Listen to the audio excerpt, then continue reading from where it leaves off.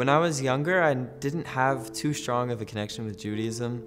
My dad always pushed me when I was younger to get involved in reading more Torah, but I never really followed.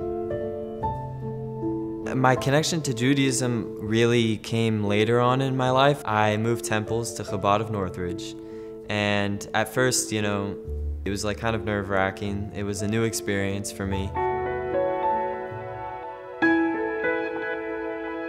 I did make a lot of friends at first, but it became a lot deeper of a connection when I attended the Shabbaton, and I did get to interact with so many different rabbis and different kids from like across the country and the world.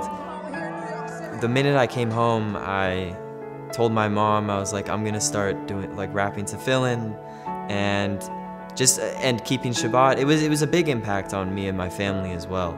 I received the tefillin about 3 weeks after the Shabbaton. It was a pretty profound moment in my Jewish life. It was a stepping stone towards something greater, of a connection towards God, and I definitely did feel that I took the next step towards something a little more meaningful. My brother was definitely a big mentor in my life. He was someone that I looked up to greatly. After my father passed away, he became the father figure I really didn't have, and so many things that I still hold greatly to this day as well, yeah. It was the day before Yom Kippur, and I had texted my brother about whose house we were gonna go to break the fast, and he didn't respond for a couple hours, and it turned out that that was the night that he had landed up getting into his accident with the motorcycle.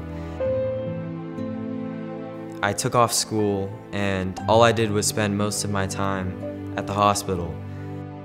We all got our tefillin, and we stood in the hospital room, and we just wrapped, and we stood there for about an hour, and we just prayed that he would get better. Ultimately, he didn't, but it was a big moment. It was a special moment. Camp was more of a reformed space. I go every year, but no one had previously brought tefillin to camp before. And one of the things I decided to do was bring my tefillin to camp, because I said I can't just, I was there for 8 weeks, so I couldn't just stop for 8 weeks and quit the tradition. And it was me and one other kid that landed up bringing it, and I got all of the kids to wrap tefillin with me.